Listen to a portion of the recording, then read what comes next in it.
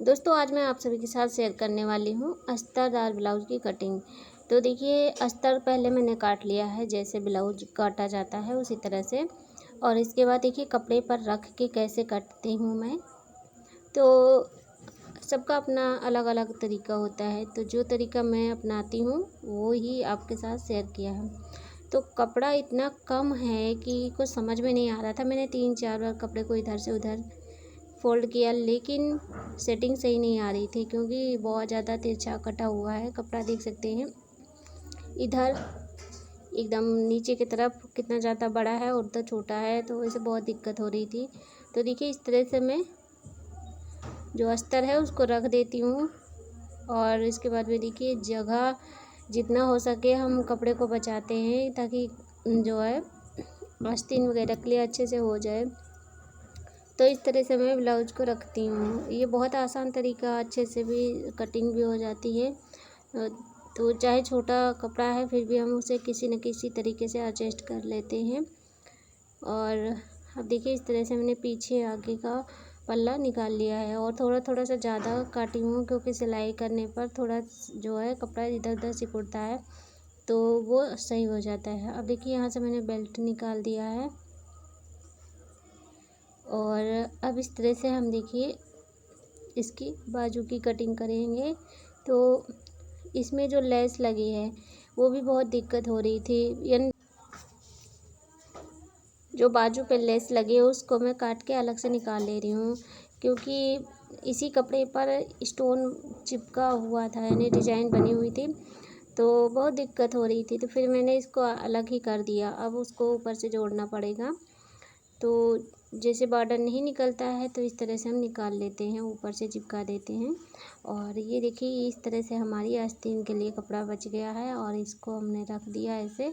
और रखने के बाद में बस फटाफट से कटिंग कर दिया। थोड़ा सा ज़्यादा ही कपड़ा चारों तरफ में बचा के रखती हूँ, थोड़ा आधा आधा इंच ज़्यादा रहता है, तो सिलाई के बाद में वो फिर हम उसकी जो जितना भी एक्स्ट्रा है उसको हम निकाल देते हैं। और लेकिन पहले कम ना पड़े इसके लिए थोड़ा ज़्यादा काटा जाता है। और इस तरह से देखिए मैं बटन और आई के लिए पट्टी निकालती हूँ, एक अस्तर की और एक कपड़े से। और अब देखिए हमारा ब्लाउज कट हो गया है। अभी इसको हम इस तरह से लपेट के रखते हैं और ज़्यादा टाइट करके नहीं लपेटना है, नहीं तो इसमें जो भी सिकुड़ जाएंगे कपड़े तो सिलने में दिक्कत होती है।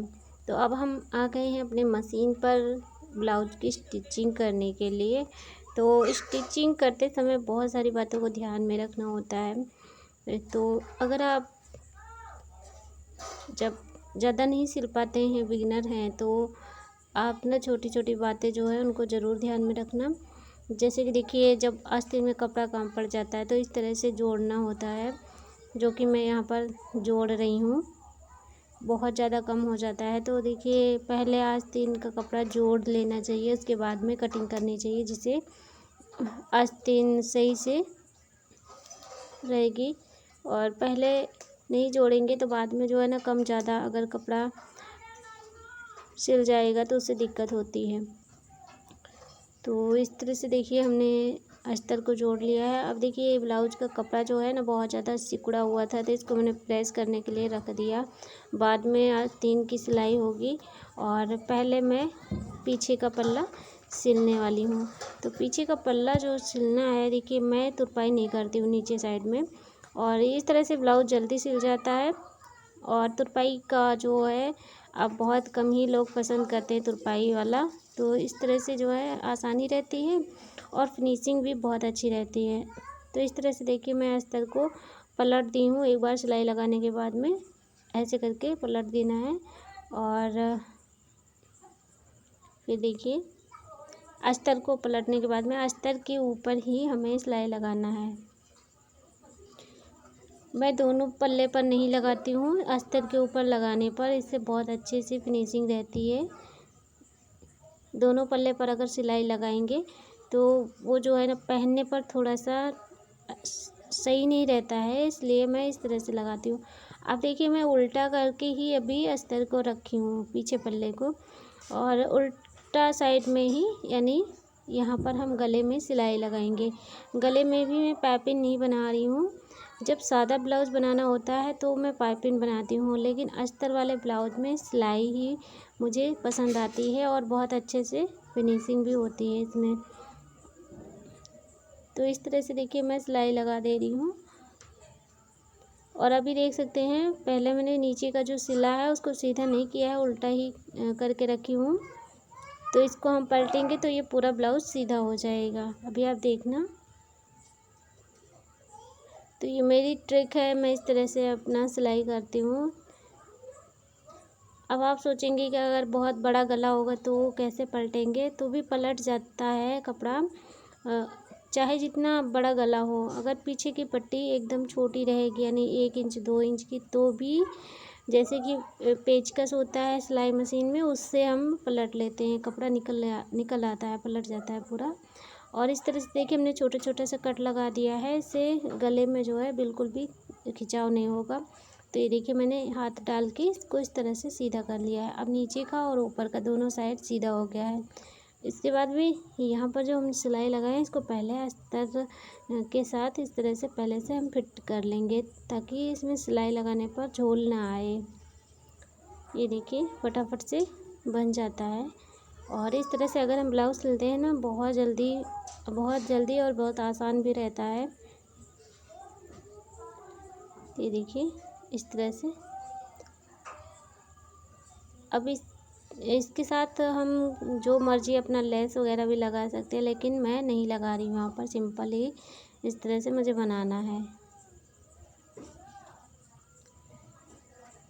ठीक। और देखिए बहुत सारे ब्लाउज के पीस ऐसे होते हैं जिसमें ना बहुत ज़्यादा फिसलन होती है, बहुत ज़्यादा सिल्की होते हैं कपड़े। जैसे कि जिमी चू का कपड़ा है ना, बिल्कुल भी आपको पकड़ में नहीं आएगा। तो जैसे प्लेट वगैरह डालते हैं तो उसमें बहुत दिक्कत आती है, अस्तर अलग हो जाता है, कपड़ा अलग हो जाता है। तो इसके लिए मैं आपको बताऊंगी प्लेट डालते समय। तो देख सकते हैं यहाँ पर प्लेट पीछे की जो डालती हूँ मैं, इसमें कोई निशान नहीं लगाना है, बस जो कंधा है वहाँ से लेकर बीचों बीच से हमने मोड़ लिया है। और यहाँ पर देखिए मैंने हाथ रखा, उंगली और अंगूठे का जो मैं हाथ रखी हूँ, ये मेरा नाप है। अभी देखना, मैं इसी तरह से नाप लेती हूँ, ज़्यादा कुछ नहीं करना होता, बस मुझे इतना अंदाज़ा हो गया है। 4 इंच की यहाँ पर प्लेट लग जाएगी। तो इस तरह से मैं हाथ रखती हूँ और ये देखिए बीच वाली उंगली और अंगूठे को रख के मैं इस तरह से निशान लगाती हूँ, दोनों प्लेटें बराबर आ जाती हैं। तो देखिए जब कपड़ा फिसल रहा है तो आप इस टेक्निक को ज़रूर अपनाएं। पहले इस तरह से सीधी सिलाई लगा दें कच्ची, दोनों साइड में जहाँ पर आपको प्लेट डालना है। और देखिए साइड में मैं कच्चा नहीं कर रही हूँ, कहीं भी मैंने कच्ची सिलाई नहीं की है, डायरेक्ट मैंने ब्लाउज सिला है। ये देखिए इस तरह से मैंने यहाँ पर भी कच्ची सिलाई कर दी है, यानी ये प्लेट के लिए मैं बता रही हूँ, बाकी साइड में जो कच्ची सिलाई लगाते हैं तो वो मैंने की हूँ।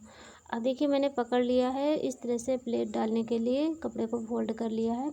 अब बिल्कुल भी कपड़ा नहीं छूटेगा, जैसे अस्तर और कपड़ा अलग अलग हो जाता है। तो ये देखिए अब इसमें से झोल नहीं आएगा। और आप चाहें तो इस सिलाई जो मैंने लगाई हुई बीच में, आप अगर इस तरह से सिल रहे हैं तो सिलाई हटा भी सकते हैं, लेकिन कोई दिक्कत नहीं है इस तरह से अगर सिलाई लगी रहेगी तो। और साथ ही मैं धागे की कटिंग भी अच्छे से कर देती हूँ, जितना भी छोटा छोटा धागा उसको निकाल देती हूँ ताकि ब्लाउज में फिनिशिंग अच्छी रहे।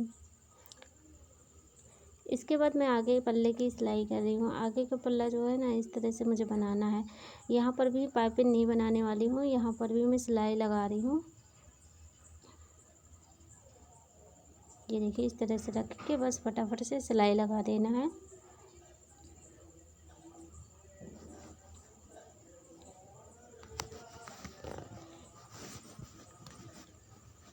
अब ये देखिए पलटने के बाद में बस थोड़ा थोड़ा कट लगा के सिलाई लगाना है। कट ज़रूर लगाना चाहिए, नहीं तो पूरा गोलाई अच्छे से नहीं आती है, कपड़ा खिंचा खिंचा रहेगा।